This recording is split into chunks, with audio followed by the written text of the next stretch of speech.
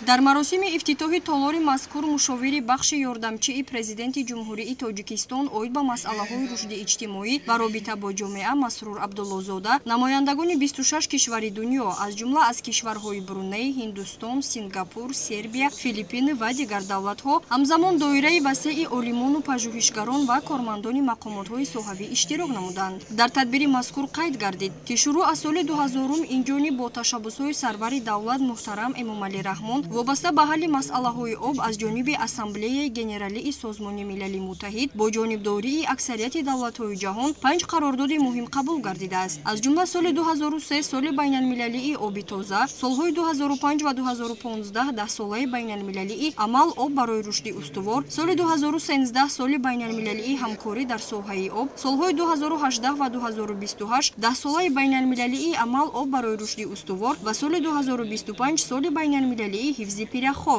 Ҳамзамон дар рафти чорабинӣ як қатор кормандони фаъоли осорхонаи миллӣ дар вазъияти тантанавӣ бо ифтихорнома ва сипоснома қадрдонӣ гардиданд. ҳадаф аз ифтитоҳи чунин толор ин албатта баланд бардоштани сатҳи огаҳии қишрҳои гуногуни ҷомеа ва ҳамчунин меҳмонону сайёҳони хориҷӣ маҳсуб мебошад. зеро об ҳамчун як аз сарчашмаҳои асосии ҳаёт дар рӯи замин имрӯз зери таъсири тағйирёбии иқлим, афзоиши босуръати аҳолӣ ва ҳамчунин васеъшавии шаҳрҳо қарор гирифтааст ва барҳам додан ё худ бартараф кардани ин мушкилиҳо ҷомеаи ҷаҳониро зарур аст то дар асоси ин гуна ташаббусҳои байналмилалӣ муттаҳид гарда баҳри боз ҳам пешгирӣ намудани ин гуна тағйирёбиҳои иқлим дар асоси яъне ки мавзӯи об ва ҳифзи пирахҳо сарҷам гардида бошанд.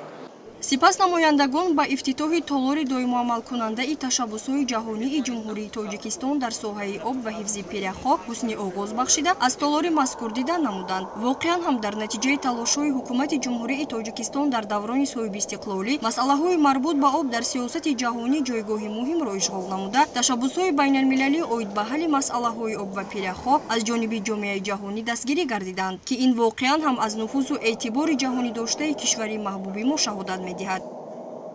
дар осорхонаи миллӣ ифтиҳо гардидани чунин як толор ба ҳар як тамошобини дохилӣ ва хориҷӣ имкон медиҳад то вобаста ба ин ташаббусҳои байналмилалии ҷониби Тоҷикистон ва ҳамчунин дар доираи он дар шаҳри Душанбе баргузор намудани конференсу